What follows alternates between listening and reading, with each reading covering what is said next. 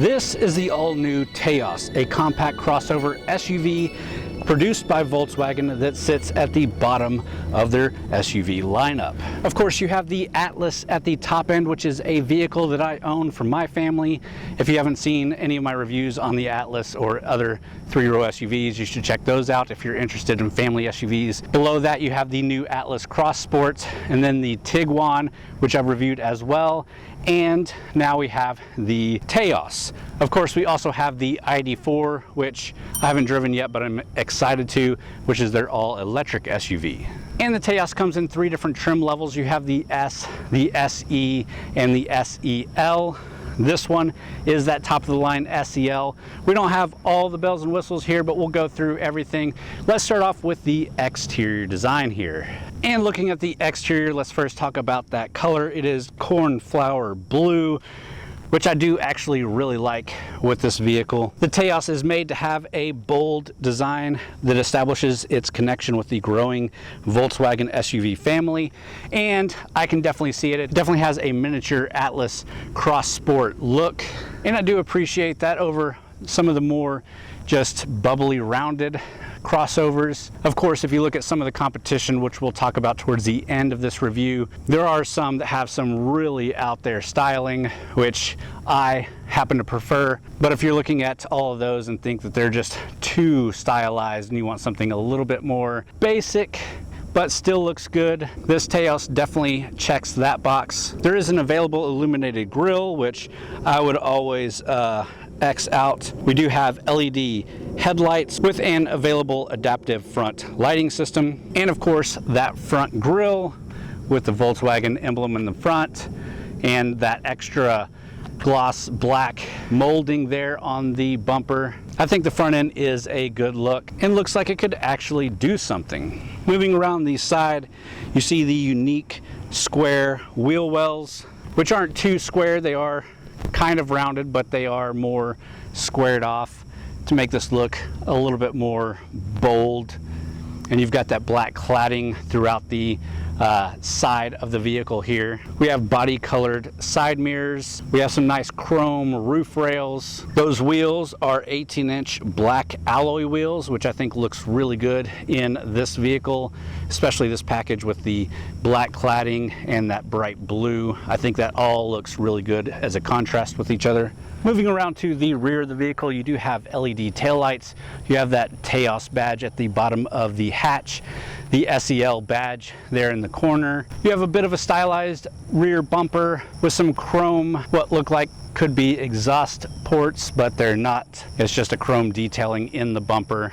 And before we pop that hatch and check out the cargo volume in this thing, let's quickly talk about the full dimensions of this vehicle. It does have a wheelbase of 105.9 inches. The total length is 175.8 inches. So you got decent overhangs there. The full width of the vehicle is 72.5 inches. The height is 64.4 inches, and your ground clearance is 6.4 inches, which isn't great. You're not going to be doing any rock crawling or serious off-roading in this thing, even with the all-wheel drive model. But for a crossover like this, it's decent enough to take on a little bit of a trail. Let's go ahead and pop open that hatch and check out the cargo volume. All right, guys, and opening up that rear hatch, there is a button just down here. Obviously, you get a button on the key, you get a button inside the car, gas struts here. You get 27.9 cubic feet behind that second row seating. It is a good amount of space for this vehicle. We obviously packed it full of camera gear. We did some chairs and stuff for soccer practices. We've packed it full of groceries and stuff like that. All the regular family stuff that you might be doing with this thing, and everything fit well. You can fold that second row down. It is a 60-40 split. And with that folded down, you get 65.9 cubic feet of total cargo volume. So if you've really got to haul something, you can fold those things down and make it work. You do have a raisable floor with your spare tire back there, but other than that, nothing else too fancy. Let's go ahead and close it up, pop the hood, and check out the engine.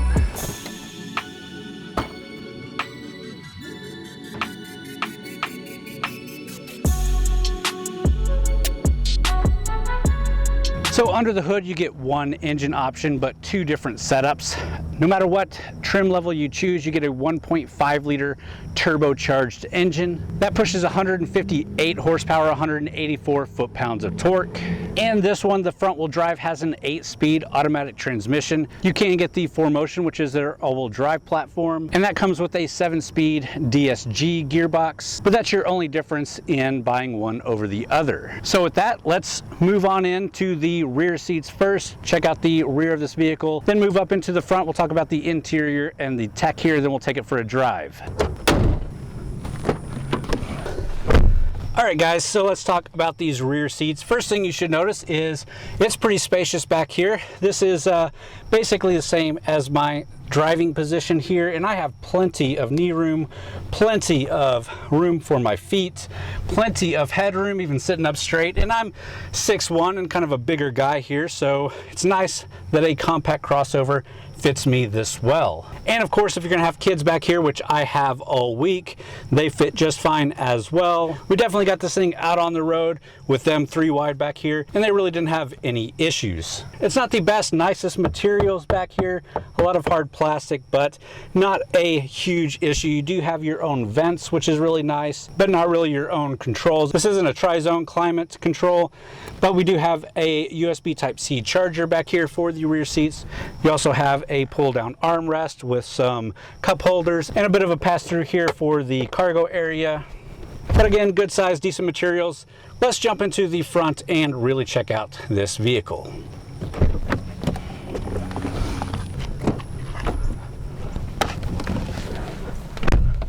All right guys, and jumping in the front here, first you can see we have this nice black leather with gray perforated contrasting stitching, very nice seats. We also get what Volkswagen calls Titan Black for our dash and our carpets, and it's like a gloss gray instead of a gloss black. I think it looks really good in this vehicle. Let me pick you up and show you around the interior here. And here's a closer look at that Titan Black dash. Again, I think it looks really good. Moving right along, we do have a nice touchscreen display. It has Volkswagen standard infotainment system. We do have Apple CarPlay. It does support Android Auto, and this is wireless Apple CarPlay. So we are playing through the phone wirelessly. You do get a wireless charger down here as well. So you can wirelessly charge your phone as wirelessly playing it. But nothing too crazy here. If you've seen Volkswagen's infotainment before, it's basically the same. It's a nice setup. I think it looks really good in comparison to some other ones, and it's pretty easy to navigate. Another kind of gimmicky feature with this infotainment system is its gesture control. So you can use gestures here to, there you go, navigate this thing. It's not particularly responsive. Sometimes it is, sometimes it's not. And you get this loud kind of a swooshing sound, which, whatever. It also has some pretty cheesy animations with it, but other than that, I think it's pretty solid. Of course, one of the party pieces in this vehicle is you get the digital cockpit standard. So every single trim level gets this, even though we are in the top end. And you can switch between a lot of different views here. But I do like this whole having the navigation screen in the digital dash. And of course, it's not the first time we've seen it. Volkswagen is putting this in more and more of their vehicles, but I approve. We also have a leather wrapped steering wheel here with contrast white stitching. We've got all of our control buttons on the steering wheel, from all of our cruise control settings and some safety stuff to controlling our menus here and some of the audio stuff. It is a heated steering wheel and it just fits in the hand well. No paddle shifters, but not really needed in this vehicle. And of course, down below your infotainment system is the AC and heat controls here, as well as heated seats. These are heated seats. I showed you the wireless charger. You do have two USB Type-C charging ports back there. It is a push button start. We do have our electronic parking brake. And on this side is the button to turn off the auto stop start feature for the engine. If one thing bugs me about this car, it is this button being placed over here. It's not a huge deal, but if you are in drive, from the driver's perspective, you can't see that button. Once you know it's there, you can kind of reach it, but it's a little bit of a pain. And like I said, it's one of the annoyances that I really had with driving this thing through the week. As you can see, we do have a standard gear shifter here, and we do have a reverse camera with guidelines. And if you had the four-wheel drive model, you would have your mode selector right here. Obviously, we don't have that. Coming back, we do have a cup holder and our console, which is pretty deep and decent, with a nice leather armrest, contrast stitching here as well. Not too padded, but enough where it's comfortable. This does have a driving assist system, which we'll talk more about as we drive the vehicle, but the button to access that is actually here on the edge of the stock, where you can click it and you'll get your assist features on the display back here, which you can toggle through with your buttons on the steering wheel. But speaking of driving, let's go ahead and put it into gear and talk about how this thing feels on the road. So first thing, driving wise, you might think or assume is that 1.5 liter turbocharged engine just isn't going to cut it for this thing, but it does decent. You can get some power, some get up and go. It's not going to blow your socks off with 0 to 60 times or anything like that, but all in all, it's a pretty peppy engine. And if you're not looking for a super sporty drive, it's going to fit all your needs just fine. Along with that acceleration, the brakes on this aren't particularly great, but they get done what they need to get done when they need to be done. If you smash on them, you're definitely slowing down, not a lot of fade. You don't feel that ABS come in all that often. All in all, I think it's a pretty solid drive. And throughout the entire week that I've been driving it, I haven't really had any issues with getting to where I needed to go. So take that for what you will. Fuel economy wise, you're looking at 28 miles per gallon city, 36 miles per gallon highway. During our week, we've been averaging around 24 miles to the gallon, 25 miles to the gallon, which is pretty decent, but not exactly near where the EPA numbers are. That being said, we also leave it idle a lot as we're taking pictures or video around throughout the week. We also push it probably a little bit harder than you would on your day-to-day driving, just to get some feel of the vehicle. So I have no doubt you can get up to that 28 miles per gallon in day-to-day driving, but we're averaging just at 25. I really do like the digital cockpit here. You can get a lot of information on the screen if that's what you like, or you can have that big map displayed there, which is really great with the navigation system and having directions put into there. The infotainment screen, like I said, is really nice. The gesture controls are a bit of a gimmick, but for the most part they work. You do have driver safety features. So you do have good safety features here. You do have dynamic road sign display. You do have blind spot monitoring. You have rear traffic alert. You have parking distance control with maneuver braking and light assist. We also do have the IQ Drive, which is advanced driver assist technology featuring hands-on semi-autonomous capabilities, which includes a set of intelligent features designed to help you navigate the road ahead. Now, those are not fully autonomous driving. It is assisted, and it basically just pushes you back into the lane. It does not drive for you. It's not as sophisticated as some of the other ones out there, but if you've got it on, it will help you in a pinch. And of course, you've got that radar guided cruise control, which is really nice. And again, this isn't totally autonomous driving or anything like that, not even as autonomous as other vehicles. You really do have to keep your hands on the wheel here and make sure that on turns or things like that, that it's keeping you in the lanes, because it's just going to kind of nudge you back and forth, but not really keep you centered in the lane. Getting up on a highway speed is done just fine. Like I said, it's a pretty peppy engine. You can get up and go. And even though this is a smaller crossover, you don't really feel dominated out on the road, especially here in Texas with a bunch of big trucks. You can kind of hold your own. And of course, we don't have the 4Motion on this. We don't have the all-wheel drive. But if you want an option to that does distribute power between the front and rear wheels as needed to help optimize traction and stability. It's great if you live in more snowy or icy conditions or super wet conditions. But again, it's not really made for off-roading, although it might help you on a trail if it gets a little bit slippery.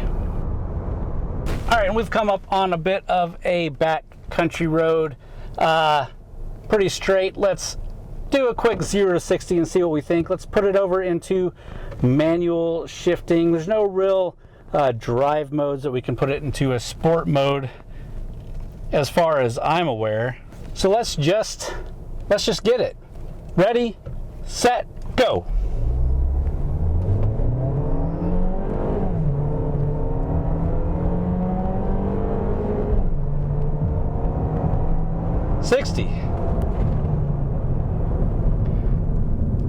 Good brakes, decent brakes, and yeah, kind of what I expected. Not a great time, but it'll get up and go. But really the best compliment that I can give this thing is that for a day-to-day drive, it's comfortable, it does what it needs to do, it gets you from here to there. It's a really nice ride, and when you get out of it, it looks good. This thing is definitely out here checking some boxes.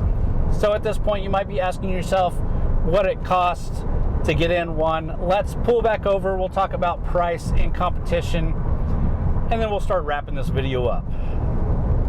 All right, guys, now that we saw how it drives on the road, we've talked about the interior and the tech, we've looked at the exterior design. Let's talk about the price here and some of the competition that this vehicle has. Starting off with the base price of the base trim, which is the S. It starts off at $22,995, and if I'm quite frank, I think that's where I would start with this vehicle, especially if you're buying it for a first-time vehicle or kind of just a get back and forth vehicle. You don't need all the bells and whistles. It comes with a lot of great features, unless you just have to have leather seats. I think that's a great trim level, and that's a pretty good price for it. If you jump into the SE, you're looking at just over $27,000, and the SEL bases at just over $31,000, which I think is pretty pricey in this segment. But our vehicle here that we're sitting in, that's not even completely spec'd out, you can still get a panoramic sunroof, you can still get a couple more features like the 4Motion in here as well.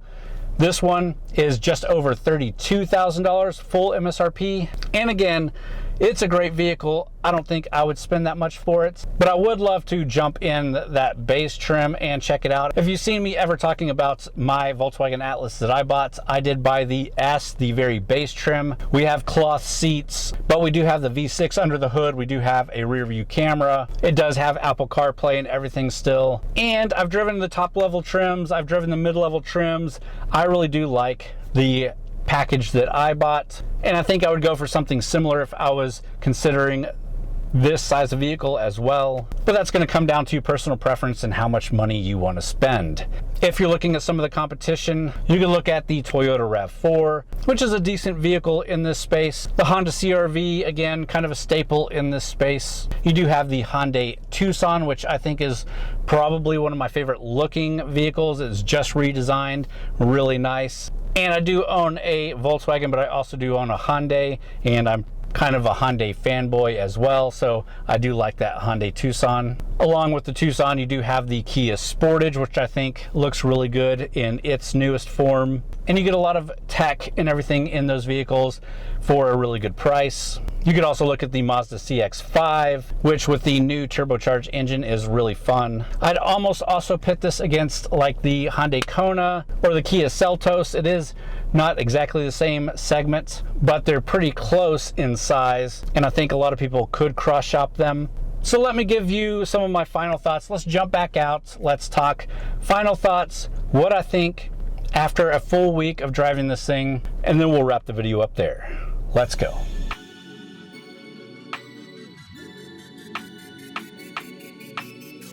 All right guys, and magically back to where we started. So what do I think about the Taos? I think it is a compact crossover that checks all the boxes. It's a good design. It drives really well. It's got power to get up and go.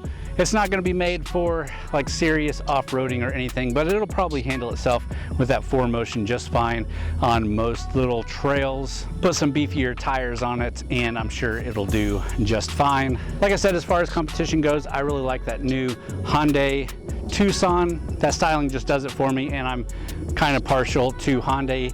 I own both a Hyundai and a Volkswagen, and for me, if it was between this and that Hyundai, I would get that. But this is definitely a close second or third. It's definitely in my top 3 in this segment. With that, I hope you did enjoy the video. If you did, please hit that thumbs up button.